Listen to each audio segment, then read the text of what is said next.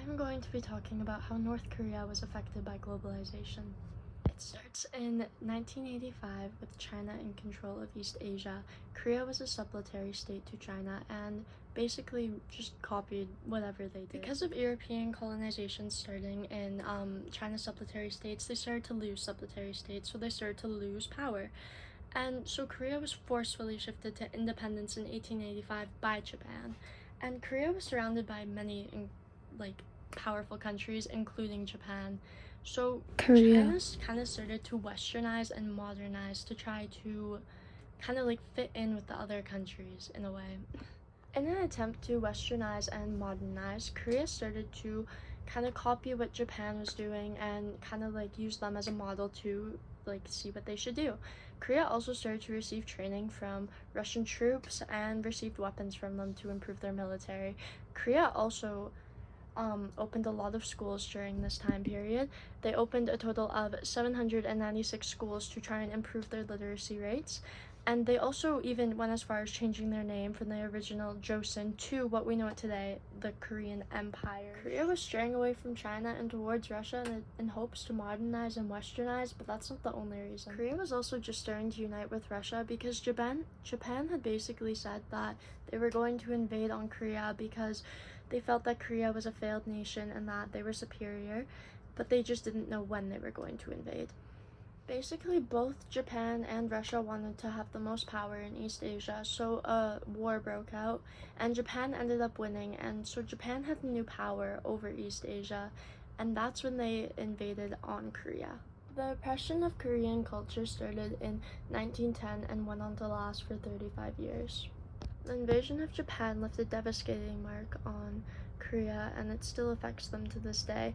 Japan banned the Korean language, clothing, and Korean traditions, and instead pushed Japanese culture and beliefs upon them. An example of this is Korean people were forced to change their names from Korean names to Japanese names.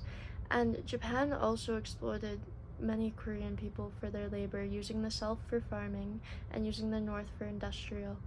During this time, a number of movements and operations were starting because of the severe poverty, and only very few elite Koreans were really profiting off of the invasion of China. So really, there was no middle class during this time, and there was very few elite. So it was basically all lower class, which is the perfect conditions for a resistance. At the end of World War II, Japan lost control of Korea, and at this time, basically Korea was lost because Japan had only employed Japan citizens for the important roles, so no one in Korea really knew how to run a country. It's now 1945, the Japanese have left, and the Soviet Union and the USA have arrived. The Soviet Union and United States wanted Korea because of where it was geographically. This plan was only supposed to last 5 years, and then Korea was supposed to be given back to its citizens in a uniform state. But the USA and the Soviet Union couldn't agree on who was going to run this united Korea, so the two remained divided, and over time they both established their own government, the North side being Kim Il-sung. Kim first came into power in 1948, where he pursued a policy of Judish, which emphasizes self-reliance and basically just relying on yourself for everything that you need, so no trade or contact with the outside world, basically. And he wanted to do this because this is the only way that he believed that Korea could have a equitable and fair society because of all the times that it has been wronged in the past. And now I'm going to talk about the Korean War, which took place from 1950 to 1953.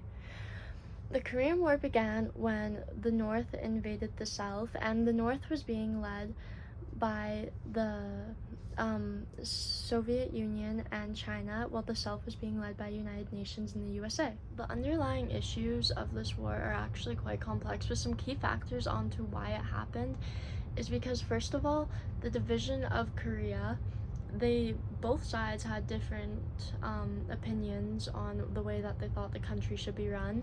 North Korea thought that it had the right to basically just take the whole country under its rule again, and there was a lot of cross-border attacks over the years, and with all of that, and it was the Cold War era, so it was just not a good time. The front line shifted several times in this war, with neither side gaining a clear advantage, And the war actually ended to an armistice agreement in 1953, which established kind of a buffer zone between the North and the South, and a ceasefire has been in effect ever since. This history paints a clear picture of Korea being oppressed by foreign powers, and I understand why all these leaders want to rely on self-reliance as opposed to other countries and other people. So how has everything contributed to the unique North Korean culture? Korean's history is shown throughout its culture in a number of ways. Themes of nationalism and resistance are frequently present in North Korean culture. Although the North Korean government officially promotes atheism and there is no traditional Korean wear, there is a traditional Korean style called This clothing is often worn during traditional events, weddings, and any other formal occasions. Themes of resistance are even apparent in the Korean traditional style. The skirt worn by the woman, the chima, is said to have originated by the traditional attire of Korean women who fought against Japanese colonial rule. North Korean culture and history is often celebrated through its art. An example of this is the Medu Art Studio, which produces large-scale sculptures and murals that celebrate North Korea. Nationalism themes and images are often included in North Korean art. An example of this is the portraits. Even in literature, North Korea will often tell the stories of heroes who fought against foreign oppressors during any time in its history. An example of this is The Sea of Blood, which tells the story of a group of Northern Koreans who resist the Japanese occupation. Themes of resilience and endurance when faced with difficulty are commonly featured in Korean dance performances, such as the Genensil dance performed by women around harvest time. This is a traditional song called Argan, which is still often played in North Korea, and it's linked to the Korean independence movement against the Japanese colonization. North Korea's focus on state control and highly centralized economy can be traced back to the continued battle for self-efficiency in the world. Overall, it is very clear that North Korea does have a lot of right to kind of shut itself off from the world, looking at its history, and it really does show just how much that affected them, how it still is embedded in their culture to this day.